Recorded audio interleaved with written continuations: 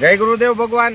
આજ આપણે બહુ એક અગત્યની માહિતી કે ખેડૂત મિત્રો આપણે મગફળીનું બિયારણ કરવા જતા હોય અને મગફળીની ખરીદી કરે ક્યારે ઘરની હોય, પણ અમુક વખત એ મગફળી ફોલાવતી વખતે એમાં ધોરા દાણા બહુ થઈ જાય છે, ફાડા થાય છે, અને એ વસ્તુ આપણે અગાઉ કેમ ચેક કરી શકીએ એવો આપણે એક નાનો એવો પ્રયાસ કરીએ અને હું તમને બતાવું છું કેવી મગફળી લેવી ને કેવી ન લેવી।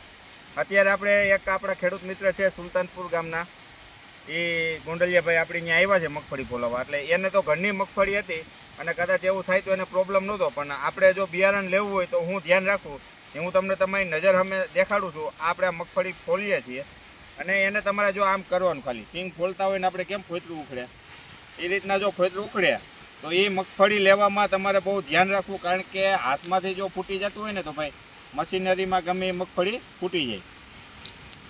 તો આવી રીતના મગફળી હોય અને આમ તમે ગમે એટલું દબાવશો ને તો ફોતરું ન નીકળે, પણ અમુક તમારે એવો વકલ આવી જાય કે તમે જે આ ફોતરું ઉખેડવા નહીં, બહુ આમ કરશો ને તોય નહીં ઉખડે। બાકી અમુક પોપટા એવા છે કે જેને તમે ખાલી સિંગની જેમ કહીશો ને તોય થઈ જાય। જો આખો દાણાનું ફોતરું ઉખડી જાય, ક્યાંય ટોચો ન થાય। આવી મગફળી લેવા ખેડૂત મિત્રો ટાળવું, અને આના 2-4 કારણ છે એવું થવાનું। કા પાક પૂરો આવી ગયો હોય અથવા મગફળી તપી ગઈ હોય તો પણ આવું થઈ શકે। અને તમારે જો આવી મગફળી લેવાઈ ગઈ હોય તો આને આપણે કઈ રીતે ફોલવી એ તમને હું કહી દઉં ખેડૂત મિત્રો। આવી મગફળી તમારે ફોલવા માટે કા મગફળીમાં ભેજ આપવો, અથવા તો મગફળીના જે સફેદ દાણા છે એ નોખા તારવી અને તમારે અલગથી વાવવા પડે।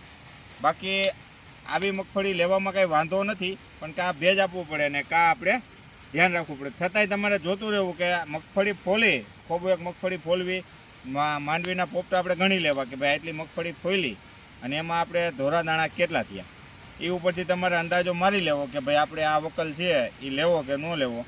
બિયારણ આપણે મોંઘું પડતું હોય છે, અને આપણે બિયારણમાં સારો વકલ લેતા હોય ને બહુ સારા પોપટા લેતા હોય, પણ જ્યારે ફોલાવા જાય તો એ આપણે ખ્યાલ આવે છે કે આમ થાય, અને આવા દાણા જો 20% 30% થઈ જાય તો તમને મગફળી મોંઘી પડે ને બિયારણય મોંઘું પડે। જો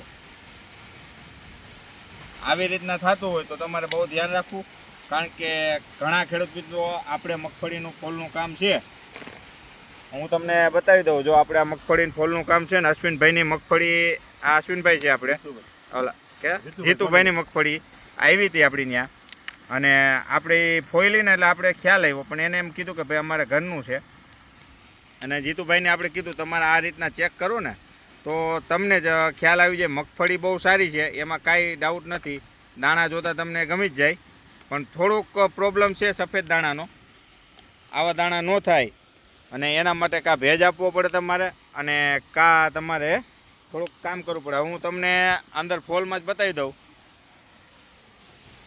કે કઈ રીતનું આખું છે। લઈ લેજો જીતુભાઈ, અંદર નાખી દેજો કે આપણે શા માટે આ વિડીયો ઉતાર્યો છે।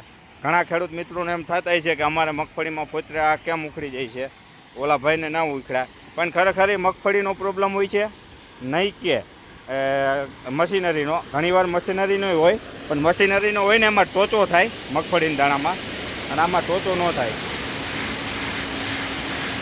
તમે જોઈ શકો છો આ સફેદ દાણા થયા, એટલે આપણે એવું થયું કે આ વસ્તુ એક ખેડૂતની નજરે આપણે લઈ આવ્યા તો ઘણા ખેડૂત મિત્રોને કામ આવશે।